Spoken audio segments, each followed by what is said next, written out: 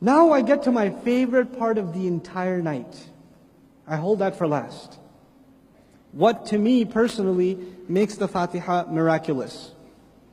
What makes the Fatiha so beautiful that I can't logically say, even if I don't even think like a Muslim, if I think like a non-Muslim, if I reflect on what I'm sharing with you, it's hard for me to come up with how a human being can talk like this. How can a human being speak like this? Here's what I'm going to share with you. Pay attention to this part, okay? This is probably the most important part. There are two themes in the Fatiha: knowledge and action. There are two themes in the Fatiha: knowledge and action. Alhamdulillahi Rabbil Alameen, Ar-Rahman Ar-Rahim, Maliki Yawmiddin. All of that is knowledge. Knowledge about who? Knowledge about Allah. Yes? You with me? 3 ayat are about knowledge. Is that clear to everyone? When we say إِيَّاكَ نَعْبُدُ وَإِيَّاكَ نَسْتَعِينُ اهْدِنَا الصِّرَاطَ الْمُسْتَقِيمِ صِرَاطَ الَّذِينَ أَنْعَمْتَ عَلَيْهِمْ غَيْرِ الْمَغْضُوبِ عَلَيْهِمْ وَلَا الضَّالِّينَ. All of this is verbs. All of this is about what? Not knowledge, but action. The surah began with knowledge. The surah concludes with action. You with me so far? Okay. Now there are 3 situations. Some people have knowledge, and that knowledge leads them to action. If your knowledge leads you to action, then you must be on the straight path. Make sense? So to be on the straight path, what do you need? You need knowledge and you need action. Okay. But there are 2 other situations. There are some people who have knowledge, but it doesn't translate into action. And there are other people who have action, but it's not based on correct knowledge. Now, if you have knowledge, but you don't act, which category in the Fatiha? Which category? Al-Maghdubi alayhim. They have knowledge, but they don't have the corresponding action. If you have action, well intended, but it's based on incorrect information, then you have action without knowledge. Which category is that? Ad-Dallin. The surah begins knowledge, then talks about action and knowledge together. Then it talks about knowledge without action. Then it talks about action without knowledge. It's perfectly symmetrical. It balances both of those themes perfectly. Let's go back again. The surah begins. How do you talk like that, by the way? Who talks like this? SubhanAllah. And the Quran just spoken. It's just spoken. And it wasn't like it was repeated, like let me say it another way now, because that might sound better. There's no editorial process. Now look at it from a linguistics perspective. And I know you're not students of linguistics. Probably most of you are not.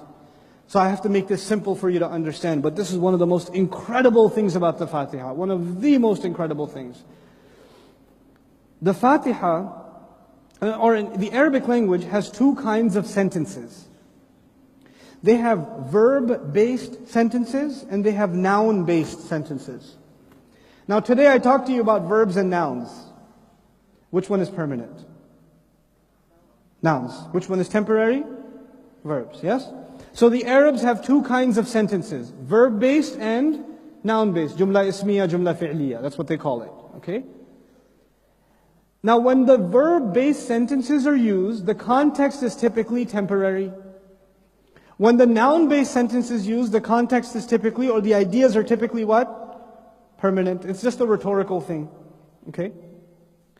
Now, I want you to keep that in the back of your mind. Noun-based sentences describe permanence. Verb-based sentences describe temporary. That's the linguistic function of them. Okay. Now, Fatiha can be divided into 3 parts. First I said there are 2 themes. What are the 2 themes? Knowledge and action. Now we're going to divide it into 3 parts. The first part is about Allah. You tell me which part is about Allah. Alhamdulillahi Rabbil Alameen, Ar-Rahman Ar-Rahim, Maliki Yawmiddin. That's part 1. Part 2 is an agreement between us and Allah. Part about Allah, part about us. Which part is that? إِيَّاكَ نَعْبُدُ وَإِيَّاكَ نَسْتَعِينُ. Okay, and the third part is about ourselves. We want something for ourselves. What part is that? اهدنا الصراط المستقيم صراط الذين أنعمت عليهم غير المغضوب عليهم ولا الضالين. 3 parts. Part 1 is about Allah. Part 1 is an agreement between us and Allah. Part 3 is our request to Allah. It's about us. What's incredible from a linguistics perspective is that part 1 is linguistically, it's noun sentences. It's a noun sentence. Now what do you know about noun sentences? It's talking about Allah, so it's only appropriate that noun sentences be used, because noun sentences are permanent and Allah is permanent. What was part 3 about? Part 3 is about who? Not part 2, part 3. Us. That's a verb-based sentence too. And verb-based sentences linguistically are what? Temporary, just like we ourselves are temporary. What's left? What did I skip? I talked about part 1, I talked about part 3. What did I not talk about? Part 2. Now part 2 is incredible because they say the noun sentence begins with a noun and the verb sentence begins with a verb. That makes common sense, doesn't it? But sometimes they do this crazy thing where they have a verb sentence even though it began with a noun. Now when a verb sentence begins with a noun, it's considered a mixture. In Arabic grammar you call it maf'ul bihi muqaddam, but who cares? Who cares? The middle sentence is actually a verb sentence with a noun beginning. It's a mixture of both sentences. And the middle sentence is also a mixture because part of it is for Allah and part of it is for ourselves. The linguistics of the first part of the Fatiha is noun-based because it's about Allah. The middle is a mixture because it's mixing between us and Allah. And the last part is verb-based because it's about ourselves. Even linguistically, it's perfect. It's perfect. You couldn't move anything. Now I've talked to you about it linguistically and I've talked to you about it thematically. It's the balance of the Fatiha. But there's other balances. Let's go back. Fatiha, if you want to learn about its perfection comes from balance. It balances things. It balanced the theme of knowledge with action. It balanced nouns with verbs. Now we're going to learn something else. It actually is a perfect symmetry because what's the middle of when something is balanced, it means it hangs from the middle. So if you put something in the middle, there should be half on this side, half on that side. So which ayah is in the middle? Which ayah is in the middle? Trick question. Iyaka na'budu wa iyaka nasta'in is in the middle. Okay. Now Iyaka na'budu wa iyaka nasta'in itself, that ayah itself has how many parts?